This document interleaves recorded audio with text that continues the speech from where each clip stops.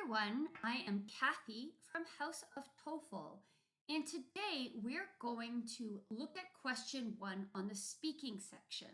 Now, some of my students think that one and two, the independent speaking, are actually the most difficult, and I can see why, because there is no lecture you're listening to that you just have to repeat or reading. It's all from your own mind. And producing that language can actually cause quite a bit of challenges, especially with the new question types they have on question one, which, as you may have noticed, are becoming more challenging. So, first, what I want to do is look at some of those question types. So, these are the ones that are being asked on the TOEFL in 2019 and 2020, and I assume will continue even further along than that. The first is the three-option prompt. Now, if you have taken the TOEFL recently, you've probably seen this question before, although a lot of books do not have it yet. This means you have to choose between three possible options. Here is an example of that question type. Your university has decided to add a building to the campus. Do you recommend they add a cafe, a game room, or a hotel for visiting parents, and why? The next type is give advice to a friend. So this is becoming quite common, although it's not as common as the three-option prompt yet. So in this situation, they ask you what advice you would give to a friend in a particular situation. My example here is your friend wants to lose weight and is not sure what to do. Your friend has asked for your advice. What advice would you give your friend? The next type, which is a little more rare but is still possible, this is the advantages, disadvantages prompt. Here's an example.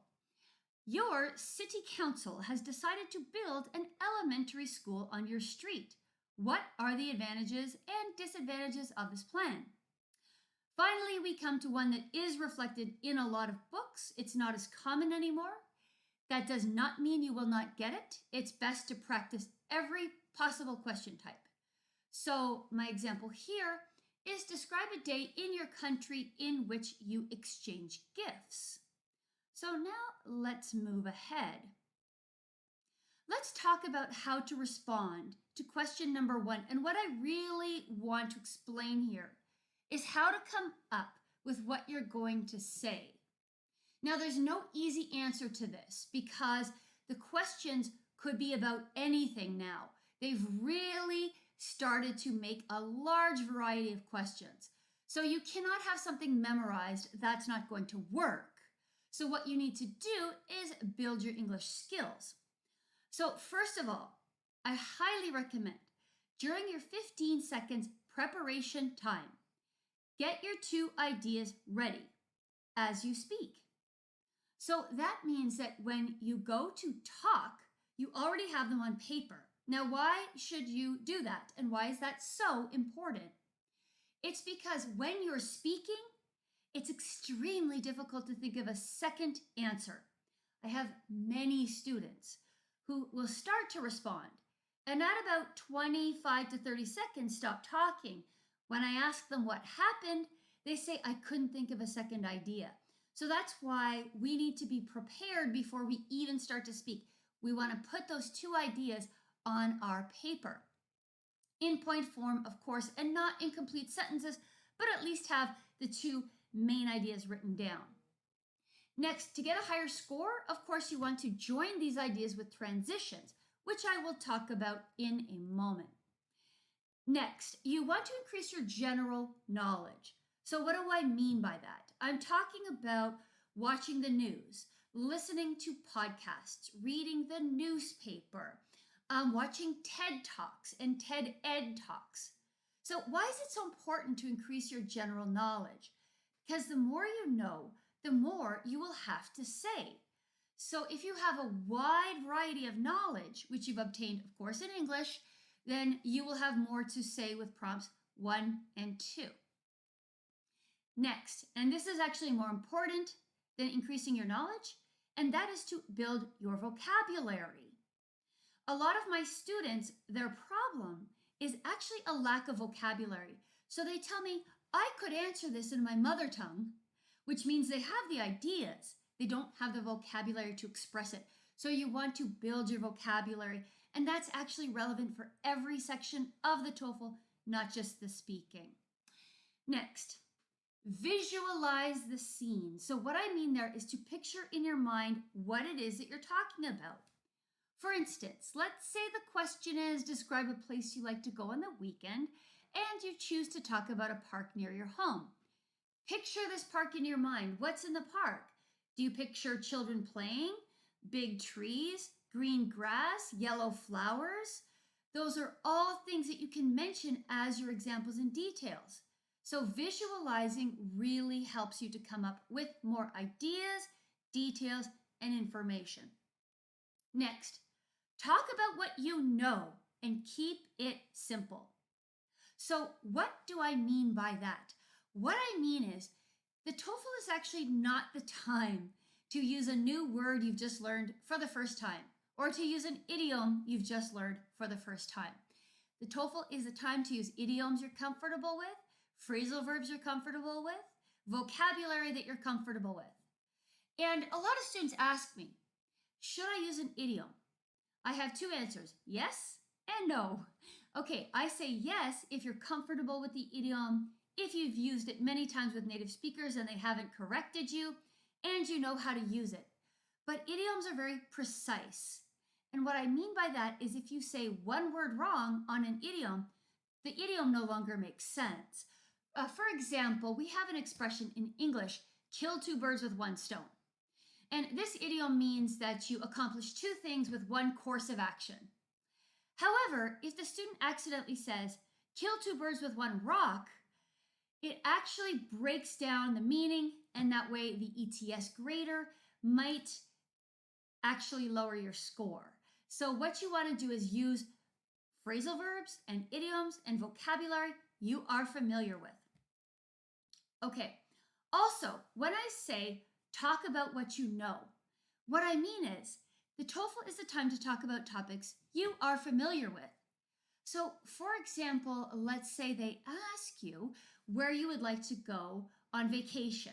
Now, perhaps you're a person who is working as a pharmacy tech and has been working as a pharmacy tech for 5 years, and you have 3 children at home. So you haven't had time to even think about going on a vacation. You're too busy preparing for TOEFL. But maybe you're from Egypt. Why not talk about Egypt? You know Egypt. You live there. You know what the tourist sites are. You know what the beaches are like. So talk about things that are familiar to you that you're comfortable with. Okay. Next, and this is actually very important. I recommend you follow your ideas to the logical conclusion that they have. Okay, so what do I mean by that? Let's say the question is, do you think it's a good idea for a child to play a sport? And you think, okay, children can meet people. Okay, let's think that the next step and the next step of that. When you meet people, what happens? You make friends. When you make friends, what happens? You build social skills which can help you in the future. Once you have those ideas and you follow those, the next part is much easier. The next part is just giving an example. So you just give an example to support that. So, returning to our example about playing a sport. Suppose I have given that as my main reason, that they can meet people, therefore they can make friends and build social skills.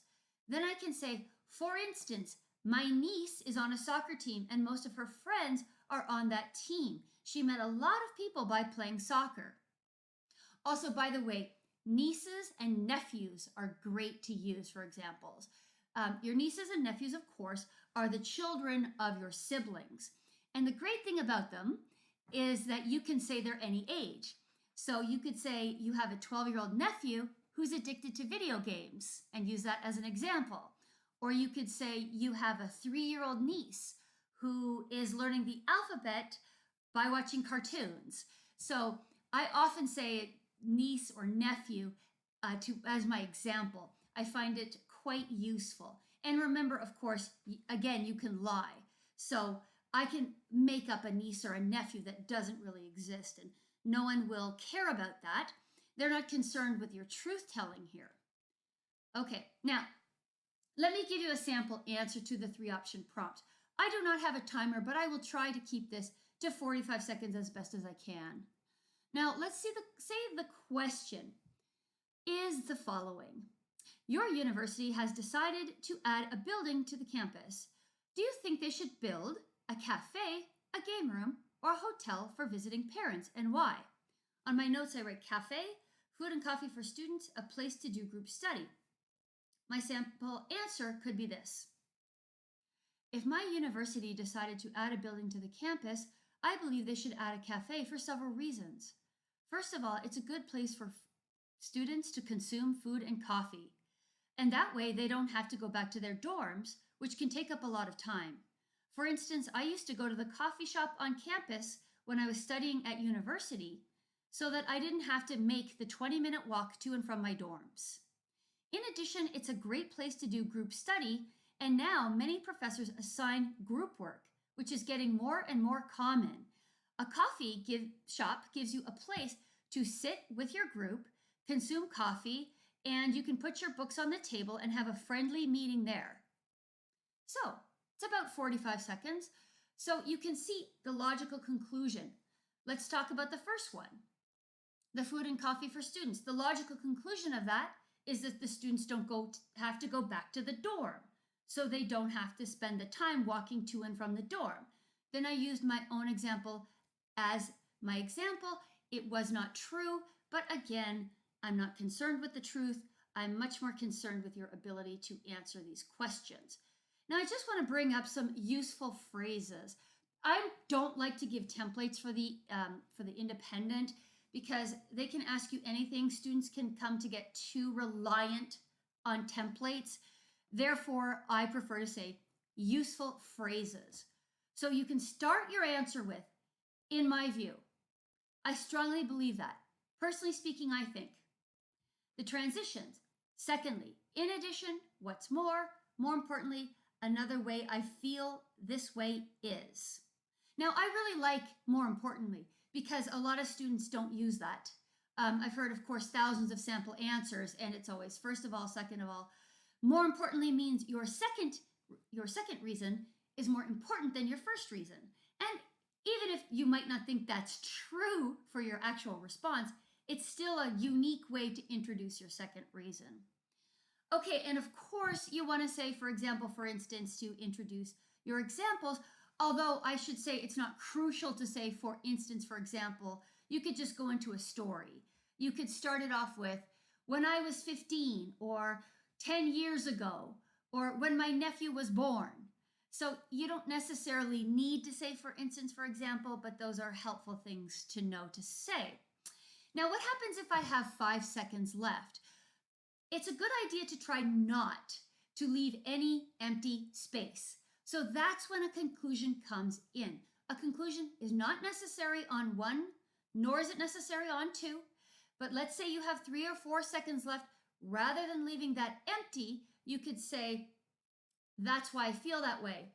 Or, for these reasons, I think that. So for these reasons, I think that a cafe would be very helpful to students on my campus. Okay, so this was a short video. I just wanted to talk to you about question 1. For more information and to see the rest of my videos, go to my website, www.houseoftoefl.com. And also note, I do have a Facebook group. It's under the same name as my company, House of TOEFL. You're welcome to join it. I post my videos, I post my blogs. You can talk to other TOEFL students there as well. So there's a lot of useful information there and on my website. Okay, again, this is Kathy from House of TOEFL. And as always, good luck on your test and have a great day.